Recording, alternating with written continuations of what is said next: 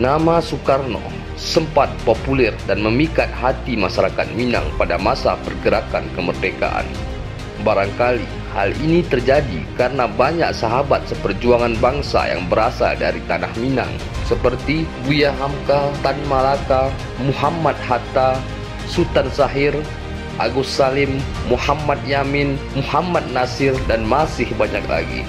Ketika kabar proklamasi kemerdekaan sampai ke ranah Minang, rakyat dan pemuka masyarakat Minang langsung menyatakan diri bergabung dengan Republik Indonesia yang baru lahir itu. Tanpa pikir panjang, seperti yang terjadi di Sumatera Timur, sempat terjadi pergolakan sosial akibat beberapa kesultanan masih enggan bergabung dengan republik yang baru berdiri pada masa itu. Hal ini karena akan mengganggu kekuasaan para bangsawan sebagai penguasa tanah Melayu selama ini. Sedangkan rakyat gegap gempita ingin bergabung dengan republik yang baru lahir. Penyair Amir Hamzah yang merupakan penerus Kesultanan Delhi terbunuh pada konflik sosial ini pada masa itu. Barangkali ada dua penyebab masyarakat Minang dengan senang hati bergabung dengan baik Republik Indonesia. Pertama, banyaknya putra Minang yang berjuang mendirikan Republik Indonesia di Batavia. Bisa disebut ranah Minang sebagai gudang pahlawan besar sewaktu kemerdekaan. Dan yang kedua, tidak seperti Sumatera Timur masih ada Kesultanan Delhi, Kesultanan Langkat, Kesultanan Asahan, Kesultanan Serdang yang mempunyai kekuasaan penuh sebelum kemerdekaan Indonesia.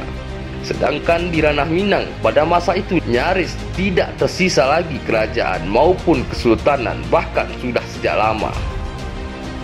Jadi tidak ada bangsawan yang merasa kehilangan kekuasaan karena bergabung dengan Republik Indonesia yang masih bayi yang baru lahir. Bung Karno juga diterima sebagai orang Sumando ketika ia kepicut kepada gadis Minang, putri tokoh Muhammadiyah yang tinggal di Bengkulu.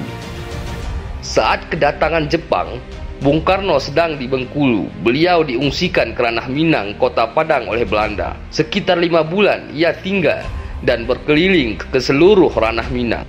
Saat berkunjung ke perguruan Darul Funun El Abbasiyah, Padang Japang 50 Koto, Syekh Abbas, ulama Minang ini memberikan saran kepada Soekarno jika negara yang diperjuangkannya kelak tercapai, jangan lupa konsep ketuhanan menjadi salah satu dasar negara. Sila pertama.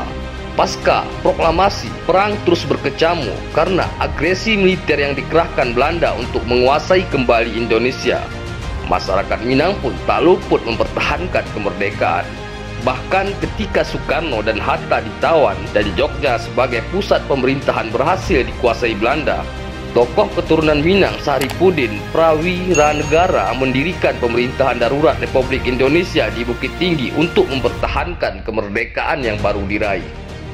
Bung Besar yang jago berorator memang seorang flamboyan yang pandai memikat hati. Tak hanya memikat hati wanita tapi juga masyarakat luas. Ketika berkunjung ke Maninjau tahun 1948, beliau memuji-muji keindahan alam Maninjau di tengah masyarakat ramai yang tengah mendengar pidatonya. Saya adalah anak emas orang Maninjau, ujarnya.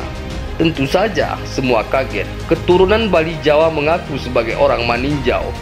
Ketika almarhum Haji Rasul, ayah Buya Hamka, masih hidup di Jakarta, dia telah berkata kepadaku, engkau adalah anakku, hai Karno. Sebab itu pandanglah Bung Karno sebagai memandang orang Maninjau sendiri, lanjut Bung Karno, seperti dikutip dari kenang-kenangan hidup Buya Hamka. Begitulah cara Bung Karno memikat hati rakyat. Hamka yang masih tinggal di ranah Minang kala itu menghadiahkan Bung Karno sebuah puisi yang sangat indah pada pertemuan itu dengan judul Sansai Jua Ku Sudahnya. Sebelum Bung Karno bertolak ke Jakarta, puisi yang menyatakan kebanggaan masyarakat Minang kepada Bung Karno. Namun lambat laun masyarakat Minang kecewa pada insinyur ITB kolektor lukisan ini. Soekarno dan rejimnya satu persatu orang Minang yang menjadi sahabatnya, yang bahu-membahu mendirikan republik ini, yang menjadi pendukungnya dalam revolusi, disingkirkan. Beberapa tokoh besar pejuang bangsa dari Minang dijolimi, dipenjara dan dijatuhkan berbagai cara seperti Tan Malaka meregang nyawa oleh timah panas di Selopang, Kediri. Syahir meninggal dengan status tahanan politik. Hanya sahabat dekatnya karena pengkhianatan Soekarno, Muhammad Hatta mengundurkan diri dari wakil presiden. Muhammad Nasir dan Buya Hamka dipenjara tanpa pengadilan, diinterogasi secara tragis, dan terakhir Fatmawati yang telah berusaha payah mendampinginya memilih meninggalkan istana ketika dikhianati oleh Bung Karno dengan menikah lagi dengan Hartini tahun 1954.